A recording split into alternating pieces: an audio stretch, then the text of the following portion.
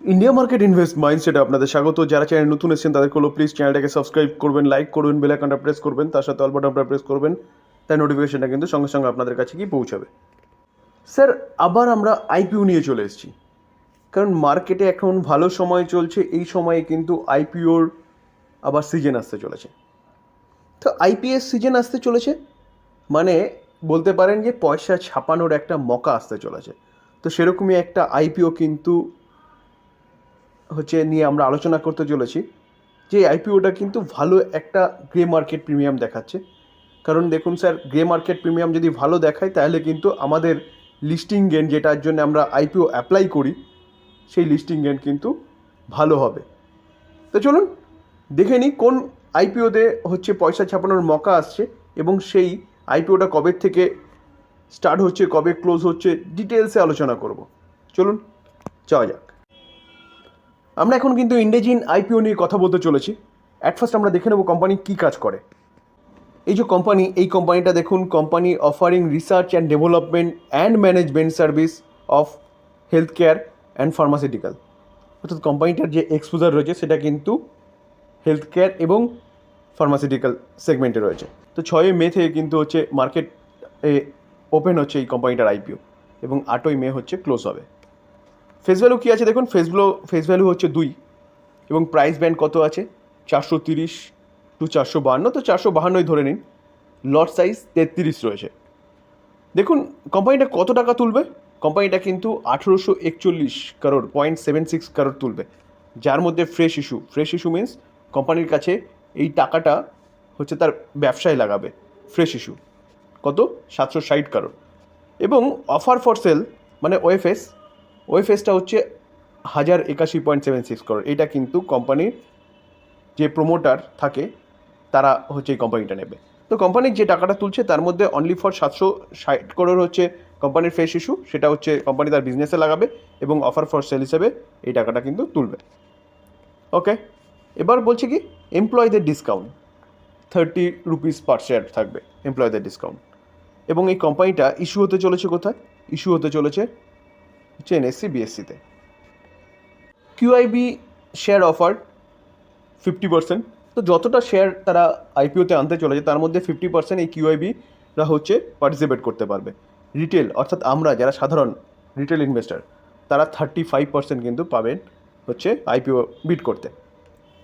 তো এটা কিন্তু একটা ভালো নিউজ বলতে পারেন, যে রিটেলদের জন্য 35% রাখা হয়েছে, এবং এইচএনআই বা এনআইআই ক্যাটাগরিতে 15% রাখা হয়েছে।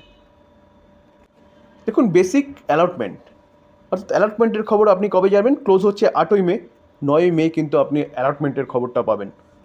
ওকে, তারপর রিফান্ড কবে পাবেন, যদি যারা অ্যালটমেন্ট পাবেন না তারা রিফান্ড পাবেন 10 তারিখে।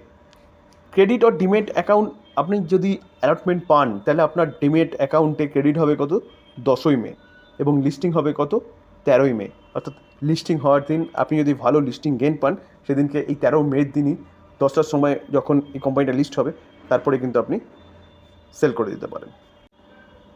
যারা আইপিওতে বিড করবেন, এবং ইউপিআই ম্যান্ডেট কিন্তু আপনাকে করতে হবে 8ই মের বিকেল 5টার মধ্যে।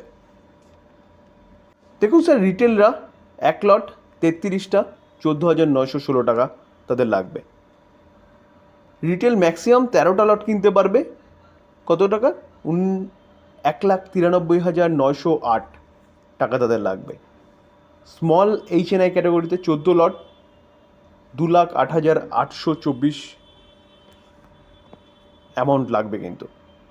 Small HNI category, small HNI maximum category, এখানে লট আপনার কটা, 67টা, যেখানে আপনার 9,99,372 টাকা লাগবে। এবং বিগ এইচএনআই ক্যাটাগরিতে 68 লট, যেখানে 10,14,288 টাকা কিন্তু আপনার লাগবে। আমরা কোম্পানিটার ফাইন্যান্সিয়াল জিনিসটা একটু দেখে নিই। দেখুন 31শে মার্চ 2021, 31শে মার্চ 2022, 31শে মার্চ 2023, 31শে ডিসেম্বর 2023ও রয়েছে। তো দেখলে দেখা যাবে, দেখুন কোম্পানির রেভিনিউ কী ছিল, রেভিনিউ দেখলে দেখা যাবে যে 996 2021, 22শে 1690, 2364, এটা ডিসেম্বর পর্যন্ত 1900 69। তো কোম্পানি কন্টিনিউয়াসলি কিন্তু রেভিনিউ যেটা সেটাকে বাড়ছে, তো রেভিনিউ তো বাড়ছে।